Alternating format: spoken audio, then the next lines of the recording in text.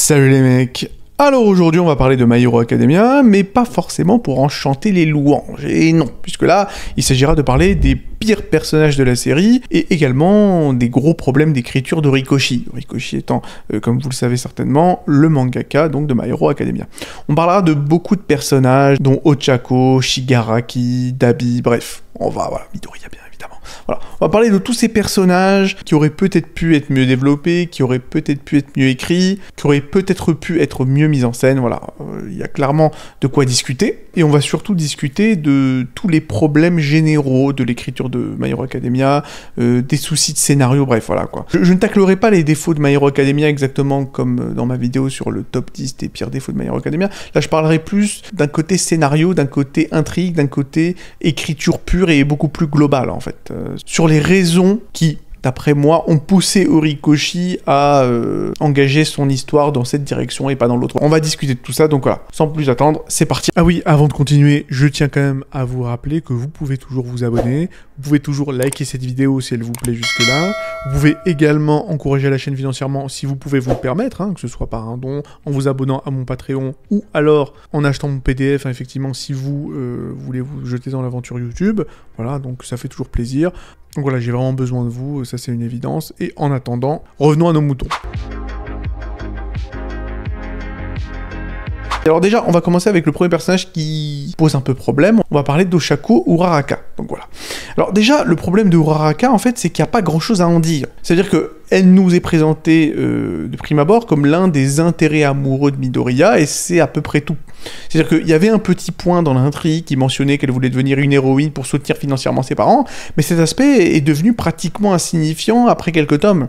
Et honnêtement, elle est devenue un personnage, on va le dire, assez unidimensionnel, il n'y a pas grand-chose à dire sur elle. Elle est joyeuse, elle fait flotter des objets, et c'est tout.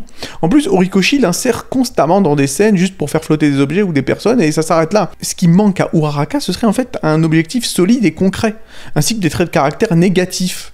Et oui, c'est ça aussi le problème, qui viendrait quand même entraver cet objectif et d'en faire un vrai personnage, pas seulement des qualités. C'est-à-dire que si tu prends un personnage et tu lui donnes que des qualités, ça en devient un personnage, on va le dire, chiant, ennuyeux, ça en devient un Midoriya. Voilà, Midoriya bis. C'est ça le problème. Par exemple, regardez, ce qui aurait été intéressant avec Uraraka, dans son développement de personnage, ce serait que son but principal serait donc de gagner beaucoup d'argent, et que plus l'histoire continue, et plus on verrait peut-être sa cupidité qui l'amènerait à faire des efforts, à blesser quelqu'un, et à remettre en question son véritable objectif de devenir une héroïne. En plus même, ce serait intéressant, ça la mettrait peut-être en porte-à-faux avec Stein. Stein qui, bien évidemment, lui considère que la plupart des héros ne sont des héros que parce qu'ils ont des objectifs autres que l'héroïsme en lui-même. Ça aurait été intéressant de la mettre peut-être face à Stein. Ça aurait été donc une bonne façon de la faire intégrer à l'intrigue principale, parce que l'un des gros problèmes de Uraraka, comme je pense vous le savez, c'est sa réduction à un simple intérêt amoureux pour Midoriya à partir de la saison 4, et même avant en réalité. Et tout ce à quoi elle pense, c'est des coups. Elle pense qu'à Midoriya, et ça nuit à son personnage. Au-delà de ça, d'ailleurs, il manque d'alchimie et de dynamique solide, ces deux personnages. C'est-à-dire que, contrairement aux autres personnages de sa classe, aux autres filles de sa classe, c'est juste que c'est une blank slate, entre guillemets, si vous me permettez d'utiliser un anglicisme, c'est du pain blanc, c'est une ardoise vide, elle a pas vraiment beaucoup de personnalité, exactement comme Midoriya. D'ailleurs, on peut le dire que c'est un peu l'équivalent féminin de Midoriya, et en réalité, n'importe quelle meuf à Yue aurait fait un meilleur intérêt amoureux pour Midoriya, juste en raison du fait que leur dynamique serait plus intéressante. Parce qu'étant donné que Midoriya n'a aucune personnalité et que malheureusement Uraraka est pas forcément loin derrière en termes de fadeur, à la fin on obtient une relation qui n'a pas vraiment d'intérêt, et d'ailleurs une relation qui n'aboutira nulle part, puisque, attention spoil, à la toute fin du manga on se rendra compte que Midoriya finit sa vie seule. C'est un peu con, voilà. C'est-à-dire que, à la limite, moi je m'en fous que Midoriya finisse en mode célibataire au SMIC, c'est pas un problème. Le souci dans cette histoire, c'est qu'on nous a quand même cassé la tête avec le fameux triangle amoureux Uraraka, Midoriya, Toga pendant je ne sais combien de chapitres, je ne sais combien de tomes et je ne sais combien d'épisodes, pour qu'à la fin, ça se finisse en notre boudin. Donc c'est quand même un peu compliqué, voilà. Ensuite, on va parler de la couille droite de Kakashi, on va parler de Aizawa. Alors, Eraserhead, l'un des pires personnages de mentor enseignant que j'ai jamais vu écrit, on va pas se mentir. C'est-à-dire qu'en fait, le mec, il l'enseigne même pas à sa propre classe. C'est-à-dire que, qu'est-ce qu'il a appris à la classe de la seconde A? C'est juste la question que je me pose. Le gars, il a plus enseigné à Shinzo qu'à l'ensemble de la classe. qu'à l'ensemble de sa classe, quoi. Et en tant que héros, il est très bon, ça à la limite, y a pas de souci, même si bon, à chaque fois qu'on le voit, il se fait hagar, chaque fois qu'on le voit, il se fait défoncer la bouche, mais bon, vas-y, admettons.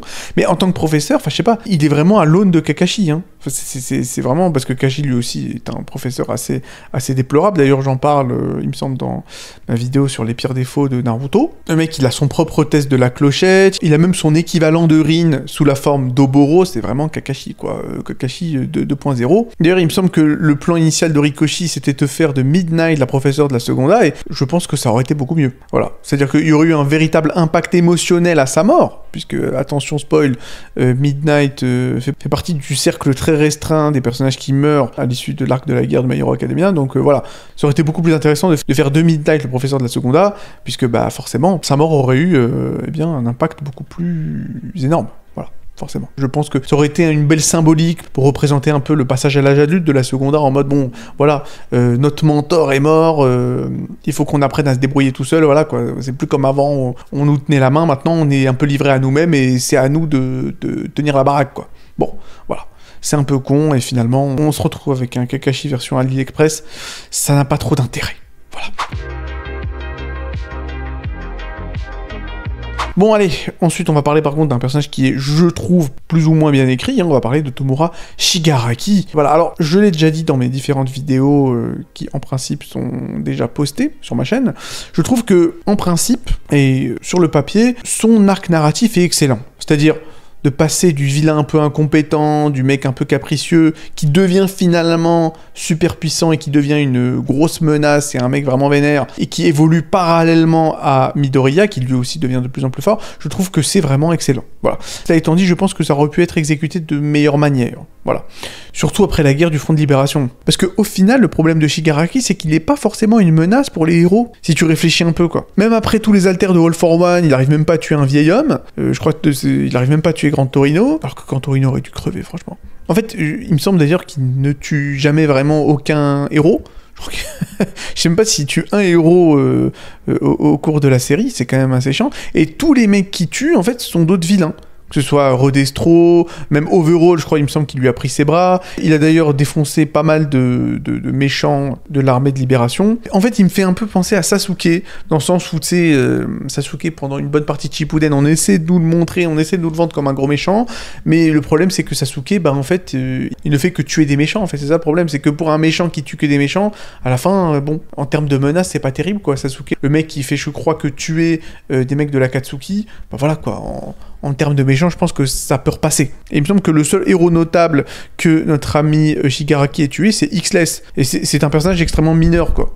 Et d'ailleurs, il me semble même qu'à un moment donné, il se bat contre un putain de bâtiment, et même là, il perd. Et c'est ça le problème, c'est que comment tu veux prendre au sérieux la plus grosse menace du manga à Skip, s'il ne peut même pas tuer des héros? C'est quand même complexe. Et au-delà de ça, je pense véritablement que Shigaraki aurait dû être le mec qui aurait dû tuer All for One, en fait. Parce que, en ce qui me concerne, moi, c'est vers cette direction que je pense qu'Horikoshi voulait pousser Shigaraki de base. Enfin, je sais pas, ça me semble logique. Parce que bon, le mec qui commençait à devenir un peu un chef respecté de la Ligue des Vilains qui, pourtant, à la base, a été créé par All for One. Le gars, il réveille son alter, il se libère, voilà. Donc, d'une certaine manière, on peut dire qu'il se libère un peu des chaînes de son mentor, en fait. D'ailleurs, on voit une tension croissante de plus en plus entre Shigaraki et All for One, ce qui aurait dû conduire Shigaraki à détruire All for One avant de s'attaquer aux héros. Et donc ça aurait fait de Shigaraki vraiment la menace majeure, quoi. Le mec qui tue le plus grand méchant lui-même, bon, même si encore une fois, il aurait encore tué un méchant au lieu d'un héros, bon, ça lui aurait quand même donné la largeur d'épaule nécessaire pour devenir le boss final du manga. Sauf qu'à la fin, le mec il fusionne avec All for One, ça le rend encore plus faible qu'avant, et à la fin, il se libère jamais vraiment de l'emprise de All for One. C'est ça qui est chiant. Et d'ailleurs, il se fait même remplacer par All for One. Et même dans l'arc où le gars, il est censé quand même prendre un peu du galon et devenir super puissant et montrer à quel point Shigaraki est fort, bon, évidemment, là, je parle de l'arc de My Villain Academia, le souci, c'est que tous les mecs qu'il affronte, à la fin, ils ont que des alters de mêlée. Ce qui fait que c'est assez commode, vu que lui, notre ami Shigaraki, il désintègre tout au toucher, quoi. Ce qui aurait été intéressant, c'est de le faire combattre, de le faire affronter une variété d'alters. Si Shigaraki avait affronté des alters de longue distance et plein d'alters différents, ça aurait montré son amélioration, en montrant que il est devenu beaucoup plus polyvalent qu'avant, alors que justement avant, Shigaraki c'était un peu ce que les Américains appelleraient un one-trick pony, quoi. C'est un mec qui a qu'un seul truc, il te touche, tu crèves, mais il n'y a pas autre chose, quoi. Et au-delà de ça, le fait qu'il gagne contre Rodestro n'a pas vraiment de sens, en tout cas, n'a pas vraiment de sens, la manière dont il l'a fait, c'est-à-dire que le fait qu'il soit capable de résister à des coups de poing d'un énorme méca en acier, normalement ça ne marche pas, parce que Shigaraki en principe, à part si j'ai mal compris, n'avait pas à cette époque-là un haltère de renforcement musculaire ou même un haltère de renforcement physique. Soit il aurait dû esquiver ou progressivement affaiblir Rodestro avant de lui donner le coup de grâce, ou alors il aurait dû utiliser peut-être une autre stratégie, mais voilà, la manière dont il a combattu en mode ouais, je me fais défoncer la tête et à la fin j'ai des flashbacks pour obtenir à la fin des power-up, exactement comme la plupart des héros de shonen d'ailleurs, exactement comme Midoriya, hein. C'est comme ça qu'il gagne en fait Midoriya, c'est qu'en fait il se fait tabasser, à la fin il a une espèce de flashback sur ses amis, genre ouais, je dois gagner nanani, je dois sauver le monde, je suis un héros, je suis gentil, et à la fin bah il gagne parce que la force de l'amitié, voilà. J'ai l'impression que notre ami Shigaraki nous a sorti un peu la même rengaine, la même carotte face à Rodestro. C'est un peu con, voilà. Alors que moi, à la limite, je voulais qu'il gagne contre Rodestro, mais de façon logique vis-à-vis de ses capacités. Et pas de manière un peu cheap. C'est ça qui est chiant, en fait. Bon, alors maintenant on va parler de Todoroki, mais pas de n'importe quel Todoroki, là on va parler de Tuya Todoroki, bien évidemment, là on va parler de Dabi. Donc, alors, notre ami Dabi nous est bien souvent montré comme étant l'un des personnages les plus forts de l'univers de My Hero Academia. Mais, techniquement parlant, même si j'aime bien le personnage, il a une bonne backstory, et bon, il a un excellent design, mais techniquement parlant, qu'est-ce qu'il a apporté le mec ? Pas grand chose, c'est ça le problème. C'est-à-dire que la seule chose notable qu'il ait faite, c'est de foutre le feu à une putain de forêt, lors de l'arc du camp d'été, là, où notre ami Bakugo se fait enlever. C'est-à-dire que, on le voit, il a un combat un peu convenu avec Shoto, alors que de toutes les manières, il y avait plein d'autres personnages qui auraient pu l'éliminer facilement, comme, je sais pas moi, Shishikura, Inaza, enfin, n'importe qui avec la télékinésie, Snipe 13, n'importe qui l'aurait flingué. Le truc avec Dabi, c'est que, encore une fois, on parlait de One Trick Pony, bah c'est un One Trick Pony. Voilà, il a qu'un seul truc, il a qu'une seule stratégie, bah c'est de balancer des flammes. Voilà. Et le problème, c'est que la plupart du temps, c'est un peu son plot armor qui lui permet de s'en sortir à chaque fois. Et en fait, le plus drôle dans cette histoire, c'est que lors de la séquence où il y a l'escouade d'assassinat de Dabi, tout ça, nanana, il a quand même en face de lui un des acolytes d'Endeavor qui s'appelle Kido et qui peut rediriger les flammes et qui aurait donc facilement pu vaincre notre ami Dabi en lui renvoyant ses attaques. Mais non, au lieu de ça, on va envoyer Shoto, juste pour donner l'impression que Dabi aurait une chance de gagner. Bah, c'est un peu con, quoi. C'est-à-dire que on doit littéralement désavantager les héros afin de ne pas révéler à quel point Dabi en réalité est largement gérable en fait. C'est ça le souci, c'est qu'on lui donne cette aura de mec super puissant alors qu'en réalité, voilà, il suffirait juste de lui mettre le bon type en face de lui et le gars il se fait juste rentrer dedans. C'est tout ce qui va se passer en fait. D'ailleurs il se fait démolir à chaque fois. Je veux dire, si vraiment tu veux nous le vendre comme étant une menace, bah faut pas juste dire qu'il est fort, faut nous montrer qu'il est fort. Il y a plein de trucs un peu incohérents, c'est-à-dire que le fait par exemple que l'on voit bien souvent Dabi avoir des Nomu à ses ordres, alors que Tomura Shigaraki, pendant un long moment de l'intrigue de My Hero Academia, n'avait même pas le droit d'avoir des Nomu à ses ordres en fait. C'est-à-dire que le scientifique fou de la team de la Ligue des Vilains, lui-même, voilà, il dit à Shigaraki plus d'une fois qu'il n'a pas forcément envie de lui filer des Nomu, que c'est difficile à créer, ça prend du temps. Bref, c'est pas facile de créer des Nomu. Alors que pourtant, tu vois Dabi en avoir plein, le mec, on dirait, on lui a filé des bonbons, quoi. C'est quand même bizarre. Tu le vois d'ailleurs même brûler les vaisseaux d'immortalité de All for One et s'en sortir sans problème. Enfin, je veux dire, je sais pas, c'est quand même bizarre. Tu sens que le personnage est un peu incohérent au niveau de sa puissance, enfin, je sais pas. Bon, maintenant parlons un peu de la yandere de service. Bien évidemment, là, il s'agira de Mineko Toga. Alors, le problème de Toga, moi, à la limite, c'est un personnage que j'aime bien. Bon, déjà, son design est vraiment sympa. J'ai envie de dire que Horikoshi est un designer, est un character designer de génie. Je trouve que la plupart de ses personnages ont vraiment un cachet. Ça, c'est sûr. Et Toga a la classe. Là-dessus, il n'y a pas de souci. Elle est très, très sympa. Voilà. Là-dessus, pas de souci. Et puis, elle est diversifiante. Et en plus, au-delà de ça, j'aime beaucoup l'archétype de la yandere. Donc, à la limite, moi, voilà, ce n'est pas pour me déplaire. Le souci, par contre, de Toga, c'est que si on la retirait de l'intrigue, il n'y aurait pas grand-chose qui changerait. C'est le souci. Voilà. Parce que la seule raison pour laquelle elle est là, c'est pour donner, j'ai l'impression, un petit quota de représentation féminine du côté des vilains. Et aussi parce que c'est le personnage féminin près d'Horikoshi, d'après les rumeurs. Voilà. Le problème, c'est qu'on se demande pourquoi les héros ne peuvent jamais vraiment la capturer. C'est-à-dire que n'importe qui, avec des sens améliorés, un bon alter ou même un peu de bon sens, aurait pu probablement l'appréhender. Elle est constamment poussée dans des scènes et dans des missions où elle a clairement aucune pertinence, comme d'ailleurs l'arc des licences provisoires, hein. Qu'est-ce qu'elle fout là, par exemple?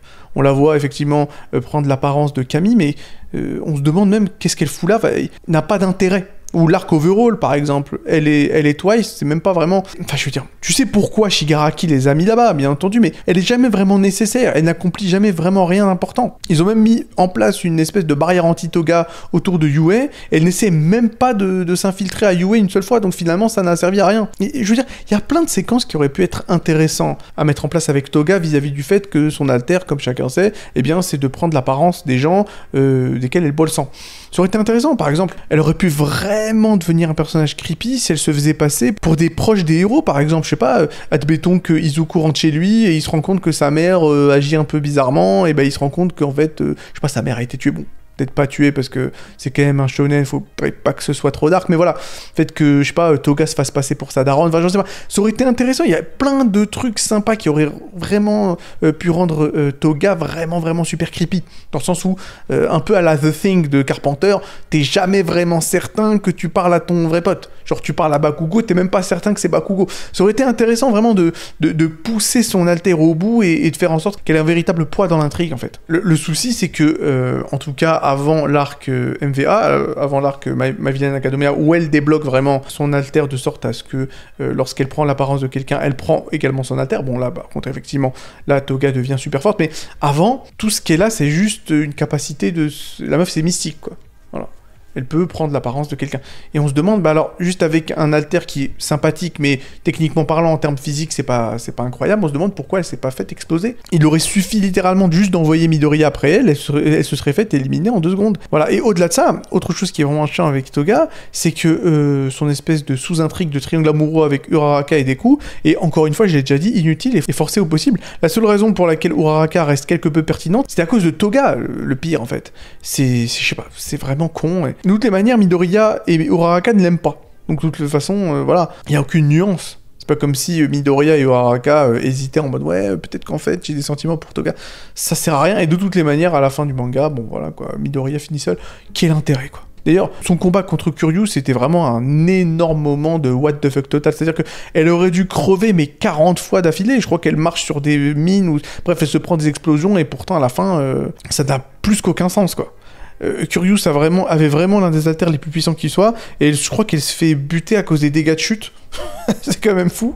Parce que, à la limite, le concept d'éveiller son alter, je trouve ça très sympathique. Sauf que en ce qui concerne Toga, c'est clairement exécuté assez mal. C'est un peu un délire de Aspul. Ça sort un peu du cul d'Orikoshi, tout ça. La meuf, elle se bat contre Kuryu, c'est finalement... elle éveille son alter au bon moment, enfin voilà. Bon, bref. Bon, évidemment, si on doit parler de personnages de merde, on va parler de Mineta Minoru, mais je pense que c'est même pas la peine vraiment d'en parler. Voilà. Tout le monde voit que c'est un personnage qui ne sert pas à grand chose, qui est juste là pour être pervers et qui est relativement problématique. Donc voilà, pas besoin d'en parler plus que ça, c'est un personnage qui n'a pas d'intérêt. De toutes les façons, j'en ai déjà parlé dans mes différentes vidéos de Mineta, donc voilà. Je ne vais pas vous faire perdre plus de temps. Et on va tout de suite parler de All for One, hein. Voilà. Alors All for One, quel est son problème? Le problème c'est que c'est un méchant binaire. Voilà. C'est un méchant binaire et il a quand même un peu un côté Team Rocket. Dans le sens où tu penses l'avoir tué, mais non, il est toujours de retour et bien vivant. Voilà, quoi. Le fait qu'il survive, en fait, n'ajoute rien à l'histoire. Voilà. C'est-à-dire que All for One, de base, il est censé être le parallèle d'All Might. Il est censé être le mentor de Shigaraki, de la même manière que All Might est le mentor de Midoriya. Et voilà, de la même manière que All for One passe ses ambitions à la prochaine génération, One for All également. Voilà, donc il y a un parallèle assez intéressant. Le problème, c'est que le parallèle ne fait plus sens à partir du moment où le mec ne crève pas et continue de revenir. C'est-à-dire que de la même manière que All Might, All for One aurait dû mourir durant l'arc du sauvetage de Bakugo. Le problème, c'est qu'on l'enferme, il s'échappe, il fusionne avec Shigaraki, il prend sa place alors que Shigaraki est de toutes les manières beaucoup plus intéressant que lui. Voilà, et à chaque fois qu'il perd, il nous sort une Aizen en disant que non, finalement, ça faisait partie du plan. C'est le mec qui se fait défoncer, ouais, exactly as planned. Genre le mec, t'as juste envie de l'encastrer, quoi. Il est vraiment pas très intimidant, et je sais pas. C'est une espèce de Madara de Leader Price, et de toutes les manières, il arrive même pas à tuer qui que ce soit. D'ailleurs, il a le même problème que Tomura, mais un peu en pire, dans le sens où il me semble qu'il tue jamais vraiment aucun personnage de grande envergure. Et on sent clairement que, de la même manière que Eiichiro Oda, Horikoshi a un gros problème avec le fait de tuer ses personnages, ce qui rend les vilains, en fait, totalement pas menaçants. C'est le problème, c'est ça le souci. D'autant plus que, franchement, j'ai un peu le seum parce que Horikoshi a quand même introduit beaucoup de personnages, quand même. Dans My Hero Academia, il y a énormément de personnages. Et à la limite, je peux comprendre, parce que, comment dire, étant donné que c'est quand même un univers assez vaste, et puis il y a différentes écoles avec différentes classes, et la plupart des classes, bien évidemment, sont quand même composées d'au moins une vingtaine d'élèves, donc Horikoshi est obligé d'introduire beaucoup plus d'élèves pour faire en sorte que le world building tienne debout. Donc à la limite, moi je respecte Horikoshi vis-à-vis du fait qu'il ait quand même inventé beaucoup de personnages. Là-dessus, il n'y a pas de souci. Voilà. Par exemple, si on doit comparer ça avec un autre manga qui lui par contre est d'une merdicité sans égal, je vais parler, même si je déteste parler de ce manga parce que je le déteste, enfin de ce manga. Il me semble d'ailleurs qu'à la base c'est un vidéo novel. Bref, Index là, Majutsu no Index, qui est à peu près le même délire avec effectivement les personnages qui ont des super pouvoirs et qui sont dans une école. Dans Index, le world building est beaucoup plus merdique parce qu'il y a beaucoup moins de personnages en fait. D'ailleurs, les professeurs on les voit à peine. Enfin voilà, tu sais pas comment vraiment le monde peut fonctionner. Il y a une école entière d'étudiants avec des super pouvoirs, et bien on en voit à peine 10. Tu vois, c'est là où tu te dis que l'univers ne tient pas debout. Contrairement à My Hero Academia. Mais le problème, c'est que dans My Hero Academia, c'est qu'il faudrait justement tuer tous ces personnages. Voilà. Pas forcément tous, et pas forcément les tuer juste pour le plaisir de les faire crever. Mais au moins qu'ils meurent afin de donner aux grands méchants un peu plus de poids dans l'intrigue. Parce que sinon, après, ça ne sert à rien. Bon, maintenant, on va arrêter de parler des personnages à proprement parler, et on va plutôt discuter des problèmes généraux d'écriture de My Hero Academia, et on va parler de la façon d'écrire d'Horikoshi et des problèmes, hein, voilà. Alors déjà, on va pas se mentir, moi ce que je trouve un peu triste, c'est que le seul méchant un peu impressionnant, finalement, c'est le premier. Je suis un peu dur là-dessus, hein, parce que, encore une fois, il y a pas mal de méchants que j'aime bien, voilà, mais... Celui qui est vraiment menaçant, finalement, c'est un peu le vilain sludge, le tout premier, l'espèce de vilain limace, là.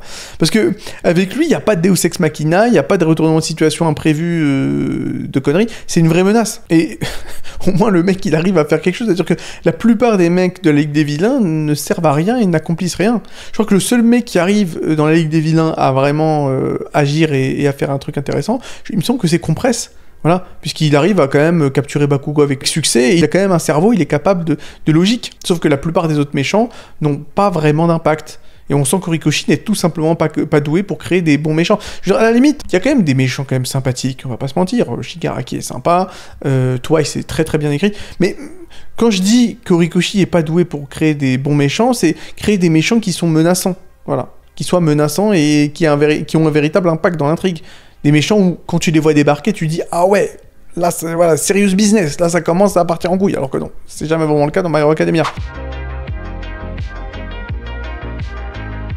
Et encore une fois, l'un des gros problèmes de Horikoshi, et j'en ai déjà parlé, mais donc je vais essayer d'aller assez rapidement, c'est encore une fois le nombre incroyable de personnages qu'il introduit dans son histoire. Et pour moi, en ce qui me concerne, c'est un peu le syndrome One Piece. Je pense que d'ailleurs, c'est une des raisons pour laquelle le spin-off, la Vigilante, est souvent considéré comme étant un peu mieux que la série principale, donc My Hero Academia.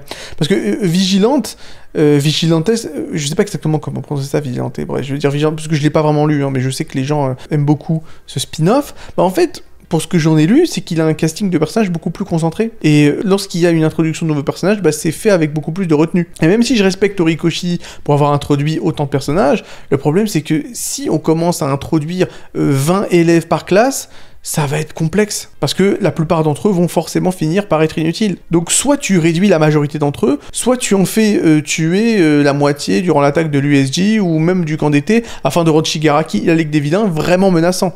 C'est ça en fait le souci. D'ailleurs, ça aurait pu créer pas mal de tensions, et même peut-être faire pas mal de caractère développement vis-à-vis des personnages restants, en les faisant voir une grande partie de leurs camarades se faire crever. C'est ça en fait le truc. Et c'est-à-dire que même si on prend la classe B, il y a combien de personnages pertinents dans les autres classes? Allez, vas-y, il y en a 3. Il y a Monoma, voilà, Monsieur Peter Petrelli, Monsieur Sylar, que j'aime bien, voilà. Il y a Kendo, bon, une espèce de Ondine version Leader Price, et il y a Tetsu, voilà, qui a un prénom très sympathique. À part ça, j'avoue que je ne comprends pas trop. Et si tu veux pas tuer d'élèves, il faudrait limiter les classes à 12. Je pense. Il y a pas mal de personnages d'ailleurs qu'il faudrait dégager de la seconda. Voilà, Mineta, Ojiro, Toru, Sato, Aoyama, Koda. La vérité, Aoyama et Koda, moi je les aime bien. Voilà. Et même Shoji, qui a pourtant été un peu le MVP dans Hero Rising et dans l'arc du camp d'été, bon, c'est des personnages qui ne sont pas vraiment très importants, malheureusement, même Zero. Moi, c'est des personnages que j'apprécie, à part Mineta, je l'apprécie pas. Mais voilà, on les voit très peu. Même Koda, j'aime beaucoup. Franchement, il est trop cute. Koda, là, avec ses animaux, il est trop cutie. Mais le problème, c'est qu'il sert pas à grand chose. C'est bien dommage. Donc à la limite, moi, je préférerais qu'on coupe la moitié de tous ces personnages afin de pouvoir quand même mieux développer les personnages restants. C'est ça, en fait, le truc. Parce que le souci, c'est que plus tu introduis de personnages, plus il y a de personnages et moins tu as du temps consacré à développer ces personnages, justement. Je pense que clairement, si Sugar Rush ou Mount Lady devaient crever, je pense qu'il y aurait personne qui se serait mis à crier. Je pense que tout le monde serait totalement content. Et bien sûr, on pourrait très bien me dire, oui, mais regarde, il y a beaucoup de personnages qui peuvent plus être mis au devant de la scène à cause du power scaling, à cause du power creep, c'est-à-dire que le fait que plus le manga avance et plus les méchants deviennent de plus en plus puissants et plus les menaces deviennent de plus en plus vénères, donc forcément il y a plein de personnages qu'on ne peut plus vraiment mettre sur le devant de la scène parce qu'ils n'ont plus le niveau. Ok, il n'y a pas de souci. Mais alors dans ce cas-là, ce qu'il faudrait faire, c'est montrer un peu le travail d'équipe. Par exemple, regardez, si on prend l'arc du camp d'été, ce qui aurait été intéressant, c'est de faire allier Momo et tout son groupe d'amis, c'est-à-dire Jiro, Toru, Shoto et même Ida, et les voir naviguer dans la forêt attaqués par tous les vilains, et les faire s'allier avec des coups à la fin. Et beaucoup, encore une fois, de problèmes de power scaling auraient pu être résolus s'il y avait plus de combats d'équipe, de sorte que les personnages qui ne soient pas vraiment très puissants aient quand même encore de la place dans l'intrigue afin de se développer. D'ailleurs, Oda a foiré ça, il me semble, durant l'arc Kaido.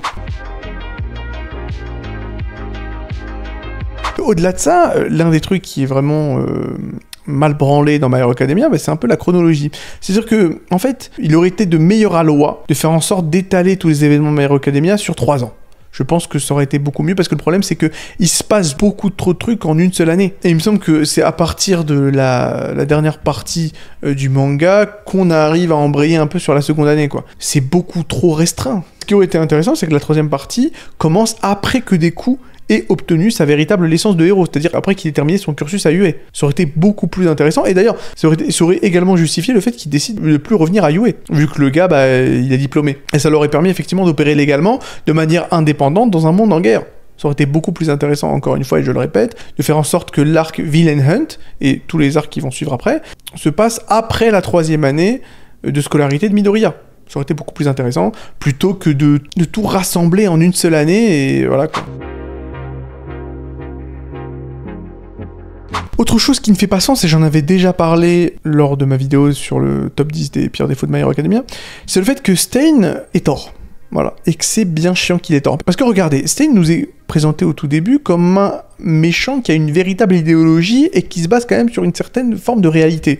C'est-à-dire que, d'après Stain, la plupart des héros sont corrompus et sont des carriéristes. Ce ne sont pas des gens idéalistes, ils ne protègent pas la veuve et l'orphelin pour le bien, mais juste pour se faire payer. Bon, c'est juste une question de paiement, c'est juste un métier pour eux, ce n'est plus un idéal. Donc à la limite, pourquoi pas. Et voilà, et Stain est un peu, d'ailleurs de la même manière que Shigaraki, est un peu le symbole de tout ce qui va pas dans la société super-héroïque de My Hero Academia.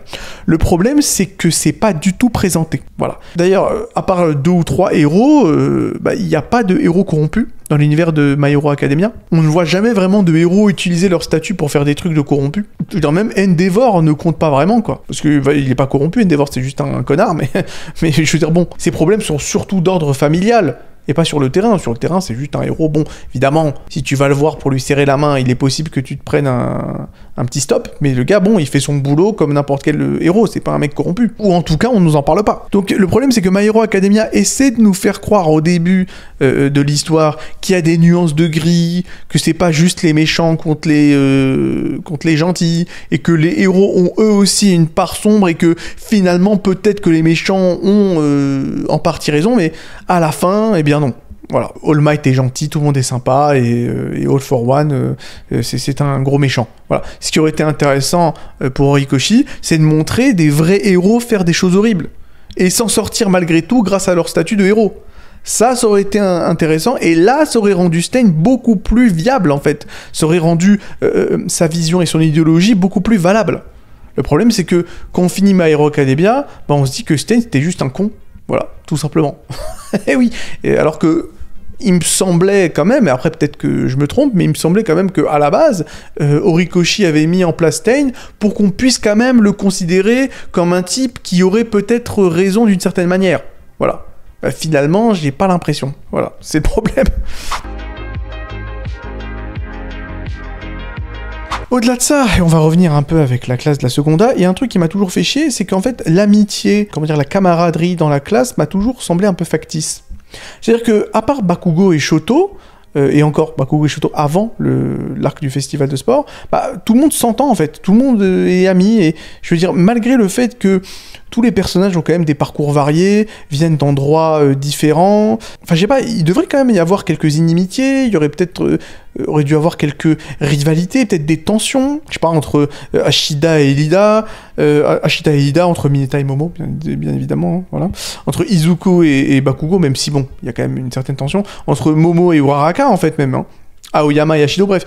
Ça aurait été beaucoup plus intéressant de montrer une véritable dynamique de groupe, parce que une dynamique de groupe, c'est pas forcément que du positif. Parfois, bah, les gens ne s'aiment pas, parfois les gens doivent travailler ensemble et travailler en équipe, malgré le fait qu'ils peuvent pas forcément se voir en peinture. Voilà, ça aurait été beaucoup plus intéressant de montrer une véritable dynamique de classe. Voilà. Parce que, enfin, je veux dire, bon, sans pour autant trop parler de moi, je sais comment une salle de classe fonctionne et je peux vous assurer que c'est pas comme ça. Voilà. Les élèves de lycée ne se comportent pas comme ça, hein. Lycée ou même collège, la vérité. Bref, peu importe. Et j'aimerais juste terminer cette vidéo en disant encore une fois, et j'en avais parlé, que Deku aurait dû avoir un alter. Voilà.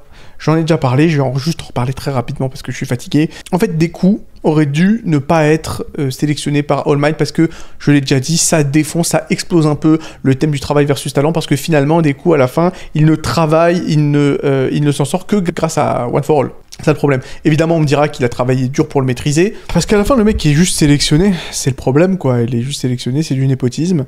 Alors que ce qui aurait été intéressant, c'est de faire de Midoriya un mec qui a un alter, mais un alter un peu merdique, un peu pourrave, mais un alter qui a du potentiel. Exactement comme Hisoka dans Hunter x Hunter, qui utilise, bon, un Natsu, un pouvoir qui a l'air de pas forcément payer beaucoup de mine de prime abord, c'est-à-dire le bungee gum, donc le fait d'avoir un chewing gum, voilà, bon, voilà. Et pourtant, bon, vu qu'Hisoka est très malin et très rusté, il arrive à trouver plein de différentes manières d'utiliser, d'exploiter son nen et son Hatsu afin de le rendre totalement redoutable. Ça aurait été, je pense, une bien meilleure idée pour Deku. Plutôt que de se voir un peu tout offrir sur un plateau d'argent, fait de se voir hériter un alter complètement pétaxe, je pense que ça aurait été beaucoup mieux de le faire démarrer avec un alter pas forcément extraordinaire, mais voilà, qui lui permet donc, avec de la ruse, un côté tactique et tout, de pouvoir en faire quelque chose d'intéressant. Voilà, je pense que ça aurait été beaucoup mieux que ce dont on a eu droit, voilà, tout simplement. Voilà, en espérant que la vidéo vous ait plu. Je pense que cette vidéo va beaucoup faire débat dans les commentaires, je pense que les gens ne seront pas d'accord avec moi. Je trouve que je me suis pas trop bien expliqué dans cette vidéo, autant dans mes autres vidéos, que ce soit même sur My Hero Academia ou même sur mes autres vidéos de défauts, que ce soit sur Naruto ou même DBZ. Généralement, je suis assez sûr de moi, même si bon, je me fais quand même attraper par le callback dans les commentaires. Là, j'avoue que bon, je me suis un peu emmêlé les pinceaux, j'ai pas forcément été très précis, j'étais un peu vague parfois, bon. Vous me pardonnerez, en espérant quand même que la vidéo vous ait plu. Likez-la si elle vous a plu, abonnez-vous pour encourager la chaîne, prenez soin de vous, à la prochaine.